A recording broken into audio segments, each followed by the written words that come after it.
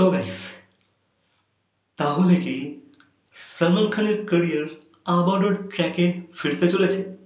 না মানে যেমনটা কি শোনা যাচ্ছে যে ভাই সোহেল খান যে মুভিটা 12 বছর আগে অ্যানাউন্সমেন্ট করেছিল, শের খান, তো সেই মুভিটা কিন্তু আবারও ফিরতে চলেছে। তো তার আগে তোমাদেরকে জানিয়ে রাখি, এই মুভিটাকে সোহেল খান লিখেছে আর সে ডিরেক্টও করবে ভেবেছিল, ঠিক আছে। বাট এখানে কিন্তু সে কমেডিয়ান কপিল শর্মা আর তার ভাই সলমান খানকে কাস্ট করবে ভেবেছিল, ঠিক আছে। তো এরকম একটা অ্যানাউন্সমেন্ট এসেছিল, তখন 2012 কথা বলছি। বাট কোনো কারণে এই মুভিটাকে পোস্টপন করতে হয়েছিল। তো কারণটা এটাই জানা যায় যে ভাই এই মুভির ভিএফএক্স।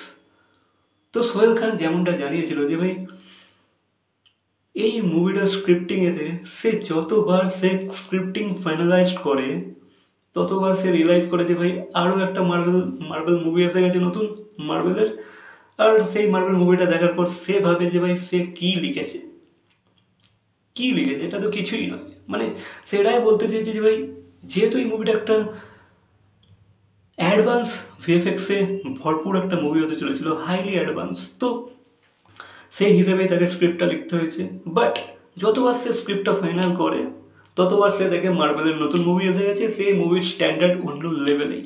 তো তার সঙ্গে যখন সে কম্পেয়ার করে তার মনে হয় তার মুভিটা খুবই ব্যাকডেটেড হয়ে গেছে, ঠিক আছে। তার মনে হয় না যে ভাই এই মুভিটা কিছু করতে পারে বলে, খুবই পুরনো লাগে তার নিজের স্ক্রিপ্ট। তো সেইভাবে সে কী করে এই মুভিটাকে বানাবে।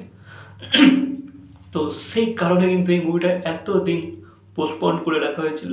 তো তোমাদেরকে জানিয়ে রাখি, এই মুভিটাতে সলমান খান কিন্তু একটা লায়ন হার্টেড হিম্যানের চরিত্র প্লে করবে, ঠিক আছে।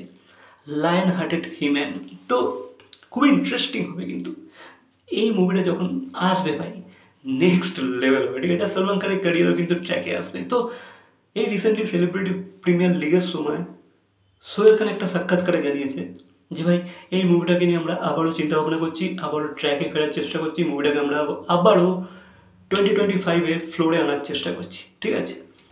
বাট তাকে সেই হিসাবেই লিখতে হবে, যেহেতু আজকের দিনে ভাই ভিএফএক্স প্রচণ্ড মাত্রায় অ্যাডভান্স হয়ে গেছে। আই থিঙ্ক তাদের বানাতেও সুবিধা হবে। বাট ভাই ওই যে বললো না যে ভাই যতবার সে স্ক্রিপ্টটাকে ফাইনালাইজড করেছে ততবার একটা একটা করে নতুন নতুন মার্বেল মুভি এসে গেছে। আর সেটা দেখার পর তার মনে হয়েছে যে ভাই এটা আমি কী লিখেছি। তো তার নিজের মুভিকে খুব ব্যাকডেটেড লাগে। তো লেটস সি যে ভাই সে কী করে ম্যানেজ করে, যেহেতু এটা টাইম সাপেক্ষ। তো লেটস সি সে কী করে টাইমটা ম্যানেজমেন্ট করে আর কতটা তাড়াতাড়ি সে ডেলিভার করতে পারে, যাতে এই মুভিটা ব্যাকডেটেডও না লাগে আর অডিয়েন্স এনজয় করতে পারে আর মুভিটা কামিয়েও নিতে পারে আর সলমান খানের ক্যারিয়ারের ট্র্যাকে এসে যেতে পারে। বাট ভাই আমার কিন্তু এখানে একটা ডাউট আছে, সোহেল খান কি এই ধরনের মুভিকে পুল আপ করতে পারবে?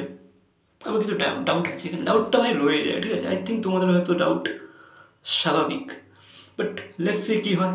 তবে শের খান মুভিটা কিন্তু কিছু তো একটা কিছু অন্য কিছু হতেই চলেছে, ঠিক আছে। একটা নেক্সট লেভেল জিনিসপত্র কিন্তু বলিউডে হতে চলেছে। আই থিঙ্ক এত রকমের শিক্ষা নেওয়ার পর তারা তারা তারা কোনো ভুলভাল জিনিস তো বানাবে না, ঠিক আছে, বা ভুলভাল প্রজেক্ট স্টার্ট করতে যাবে না। তো লেটস সি তারা কী ভেবেছে, কী চিন্তাভাবনা করেছে, কি অডিয়েন্সকে সারপ্রাইজ করার কথাবার্তা ভেবেছে, লেটস সি।